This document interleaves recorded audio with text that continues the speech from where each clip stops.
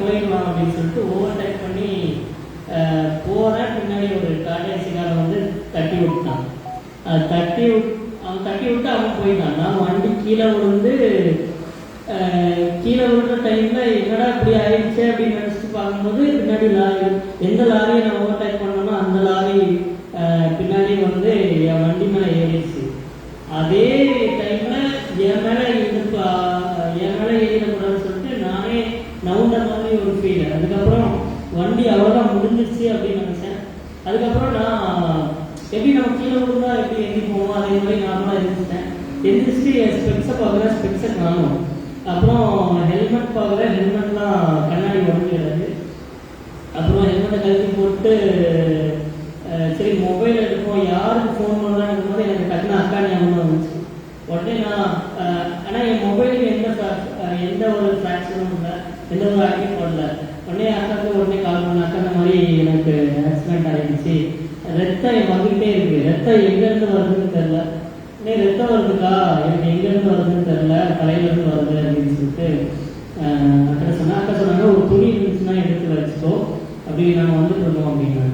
உடனே துணி எடுத்து வச்சுட்டு நான் வண்டி நடு ரோட்டில் தான் கிடக்குது, நான் அந்த ஓட்டுக்கு வந்துட்டேன். அப்புறம் அந்த லாரி டிரைவர் வண்டியை பண்ணிட்டு அவர் தான் வண்டியை தூக்கி ஓரமாக போட்டு அவரும் கிளம்பி போயிட்டாரு. ரோட்டில் யாருமே கிடையாது, நான் மட்டும் தான் நின்றுட்டுருக்கேன். நான் அக்காவுக்கு ஃபோன் பண்ணி கட் பண்ணதுக்கப்புறம் தீபக் பிரதருக்கு தான் ஃபோன் பண்ணேன். ஃபோன் பண்ணி இந்த மாதிரி ஆக்சிடென்ட் ஆகிடுச்சு, நீங்கள் வர முடியுமா அப்படின்னு. நீங்கள் முடிஞ்சால் வாங்க, இல்லைன்னா ஒன்றும் பிரச்சனை இல்லை, நான் அக்காவுக்கு அனுப்பிச்சிருக்கேன் அப்படின்னு சொன்னேன். அப்புறம் என்ன பண்ணேன் அப்படின்னு சொல்லிட்டு அப்படி யோசிச்சுட்டு இருக்கும்போது அவர்கிட்ட பேசிட்டு இருக்கும்போதே பிளட் என் மொபைலில் விழுது. அப்போ அந்த பிளட்டை தொடச்சி பார்த்து கண்ணில் தான் அடிபடுது, தலையில எந்த அடியும் இல்லை.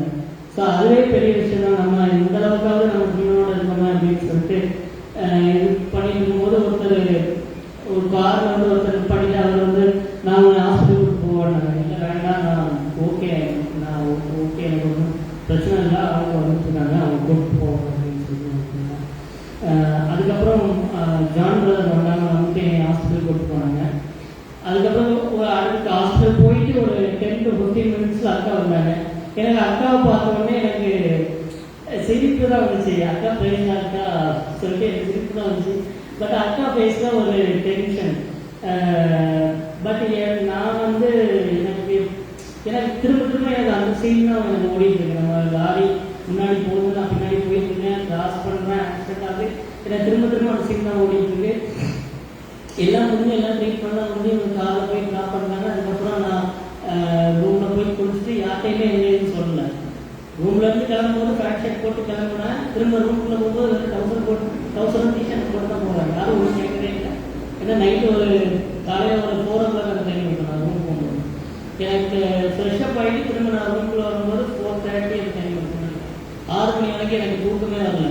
எங்கே நம்ம செத்து போயிடுவோமோ அப்படின்னு சொல்லிட்டு ஒரு பயம் இருக்கணும்னா அந்த ஆக்சிடென்ட் சீனே திரும்ப ஓடிட்டு ஏன் அப்படி ஆச்சு, நம்ம ப்ரேயருக்கு தானே போகணும், ஏன் அப்படி ஆச்சு அப்படின்னு சொல்லிட்டு.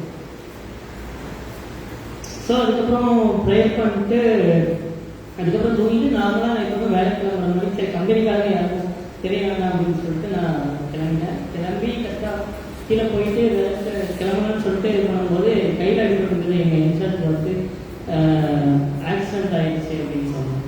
அப்போது வண்டி எங்கே அப்படின்னு கேட்கும்போது வண்டி சின்ன அப்படின்னா வண்டி ஸ்டார்ட் பண்ண முடியல அப்படின்னு சொல்லிட்டு அதனால் வண்டி அங்கே நிற்குது அப்படின்னு சொல்லிட்டு அப்போ எல்லாரும் கேட்ட கேள்வி என்னன்னா, ஏன் இந்த ஏரியாவில் தான் உனக்கு சர்ச்சஸ் இல்லையா, ஏன் பொய்கைக்கு போகிற அப்படின்னு. இல்லை பொய்கைக்கு வந்து ஆல்ரெடி எனக்கு தெரிஞ்சிருச்சு, அதனால நான் போகிறேன்.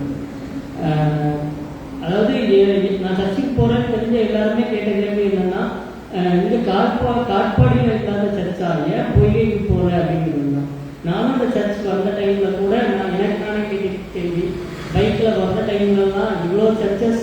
ஏன்னா சம்டைம்ஸ் சர்ச்சில் அங்கேருந்து வந்துட்டு இருக்க டைமில் 2-3 பேர் ஒயிட் அண்ட் ஒயிட் போட்டு நிறைய பாஸ்டர்ஸ் பைக்கில் போவாங்க. அவங்களுக்கு ப்ரைஸ் தான் சொல்லிட்டு நான் பாட்டுக்கு போவேன். அப்போ யோசிப்பேன், இவ்வளோ சர்ச்சஸ் இருக்கும்போது நம்ம ஏன் இந்த சர்ச் போகிறோம், சரி எதுனாலும் ஆண்டவர் சித்தம் தான் அப்படின்னு சொல்லிட்டு இருப்பாங்க. பட் அந்த ஆக்சிடென்ட்டுக்கு அப்புறம் நான் நினச்சேன் ஆண்டவர் சித்தம் இல்லாமல் எதுவுமே நடக்காது.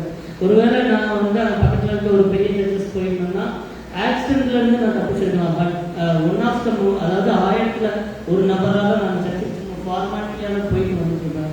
ஆனால் ஆண்டவர் வந்து இந்த சர்ச்சுக்கு வந்த ஒரு சில வாரம் காலத்திலேயே இதே சர்ச்சில் நான் வந்து மெசேஜ் கொடுக்க எனக்கு ஆண்டவர் வந்து உதவி செஞ்சாங்க, ஒர்ஷிப் நடத்துறதுக்கு உதவி செஞ்சாங்க. ஏன் நான் போயிட்டு இருக்க திருநெல்வேலி சர்ச்சில் கூட எனக்கு வாய்ப்பு கிடைக்கல.